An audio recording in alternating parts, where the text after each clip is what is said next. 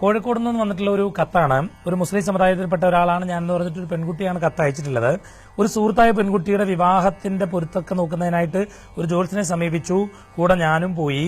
വെറുതെ എന്റെ നക്ഷത്രം ഒന്ന് നോക്കിച്ചു. അപ്പൊ അദ്ദേഹം പറഞ്ഞത്, കഴിഞ്ഞ ജന്മത്തിൽ ഞാനൊരു ബ്രാഹ്മണ സ്ത്രീ ആയിരുന്നു. കുലത്തിന് യോജിക്കാത്ത ചില പ്രവൃത്തികൾ ചെയ്തത് മൂലം ഈ ജന്മത്തിൽ വലിയ ദുരിതം അനുഭവിക്കേണ്ടി വരും. പ്രായച്ചിത്തം ചെയ്യണമെന്ന് പറഞ്ഞു. പിന്നെ പറഞ്ഞൊന്നും ഞാൻ കേട്ടില്ല. 3 മാസമായി ഞാൻ ആകെ തകർന്നിരിക്കുകയാണ്. നിസ്കരിക്കാറില്ല.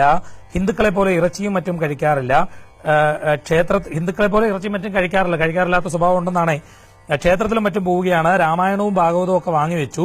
എന്റെ ഭർത്താവ് അടുത്ത മാസം വിദേശത്ത് നിന്ന് വരും. അദ്ദേഹം ഇത് അറിഞ്ഞാൽ എന്നെ ഉപേക്ഷിക്കും. ഞാനിപ്പോൾ ഒരു ഹിന്ദുവിനെ പോലെയാണ് ജീവിക്കുന്നത്. എന്ത് ചെയ്യണമെന്നൊരു എത്തും പിടിയില്ല എന്നൊക്കെ പറഞ്ഞിട്ടാണ് ഒരു കുട്ടി കത്തയച്ചിട്ടുള്ളത്. കുഞ്ഞെ, ഹിന്ദുവിനെ പോലെയാണ് ജീവിക്കുന്നത് എന്ന് പറഞ്ഞാൽ ആദ്യം ഒരു മറുപടി പറയാം. ഹിന്ദു എന്ന് പറയുന്ന ഒരു മതമൊന്നുമല്ല. ഹിന്ദു എന്ന് പറയുന്ന ഒരു സംസ്കാരമാണ്. അല്ലാതെ അത് മതവുമായി ബന്ധമുള്ള കാര്യമൊന്നുമല്ല. മതത്തിന്റെ വാലിലൊന്നും കെട്ടാൻ വേണ്ടി നോക്കണ്ട. പിന്നെ മുജ്ജന്മ എന്നതിനെ പറ്റിയൊക്കെ തെറ്റിദ്ധാരണകളാണ്. ഞാൻ ഇപ്പൊ ഓരോ മതത്തിന്റെയും വിശ്വാസങ്ങളെയും മതഗ്രന്ഥങ്ങളെയും അവരവർക്ക് ഇഷ്ടമുള്ള രീതിയിൽ വ്യാഖ്യാനിക്കാം. ഈ വ്യാഖ്യാനിക്കുന്നവരാണ് കുഴപ്പമുണ്ടാക്കുന്നത്. മുജ്ജന്മത്തെ പറ്റിയും പിൻജന്മത്തെ പറ്റിയും ഞാൻ വ്യാഖ്യാനിക്കുന്നത് എന്റെ അഭിപ്രായമാണ്. ഇന്നലകളാണ് നമ്മുടെ മുജ്ജന്മം. അതായത് ഉറക്കം എന്ന് പറയുന്നത് പകുതി മരണമാണ്. ഉറക്കം കഴിഞ്ഞ് എഴുന്നേൽക്കുന്നതൊക്കെ പുനർജന്മമാണ് നമ്മളെ സംബന്ധിച്ച്. കാരണം ഉറക്കത്തിൽ എന്തും സംഭവിക്കാം. എത്രയോ പേര് മരിച്ചു പോകുന്നുണ്ട്. പകുതി മരണമാണ് ഉറക്കം.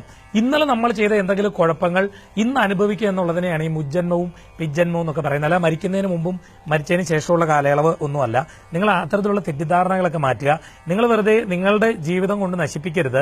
നിങ്ങൾ ഹിന്ദു മതത്തിലേക്കൊന്നും വരേണ്ടുന്ന കാര്യമൊന്നുമില്ല. ഇവിടെ മതപരിവർത്തനം ചെയ്യേണ്ട കാര്യമൊന്നുമില്ല. നിങ്ങൾ നിങ്ങളുടെ മതത്തിൽ നിന്നുകൊണ്ട് മറ്റു മതങ്ങളെ കൂടെ മനസ്സിലാക്കാൻ ശ്രമിച്ചാൽ മതി. അല്ലാതെ ഈ മതം എന്ന് പറയുന്നത് അഭിപ്രായം മാത്രമാണ്. നിങ്ങൾ മുസ്ലാം മതത്തിൽ നിന്ന് ഹിന്ദുവിലേക്ക് വന്നു എന്ന് പറഞ്ഞ് നിങ്ങളുടെ വേറെ കാര്യങ്ങളൊന്നും മാറുന്നില്ല. എല്ലാം ദൈവം തന്നെയാണ്.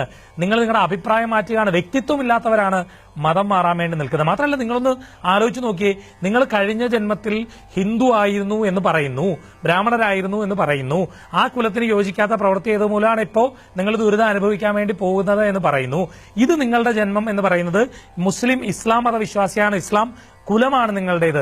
ഇപ്പം നിങ്ങൾ ചെയ്യുന്നത് ഇസ്ലാം മതത്തിന് നിരക്കാത്ത പ്രവൃത്തിയല്ലേ? അപ്പൊ നിങ്ങൾ ഇനിയിപ്പോ അടുത്ത ജന്മത്തിൽ ഇത് അനുഭവിക്കേണ്ടി വരില്ലേ? എന്തിനാണ് ആ മണ്ടത്തരം കാണിക്കുന്നത്? അതുകൊണ്ടേ ഭർത്താവും ഒക്കെ ആയിട്ട് നല്ലതുപോലെ ജീവിക്കാൻ വേണ്ടി നോക്കൂ. ഭാഗവതവും രാമായണവും ഒന്നും വീട്ടിൽ മേടിച്ചു വെച്ചു എന്ന് പറഞ്ഞിട്ട് ഹിന്ദു ആകുന്നില്ല. അതൊരു നല്ല സംസ്കാരമാണ്. മറ്റുള്ളവരെ വേദനിപ്പിക്കാത്ത സംസ്കാരമാണ്. മറ്റുള്ളവരുടെ കാര്യത്തിൽ അമിതമായി ഇടപെടാത്ത സംസ്കാരമാണ്.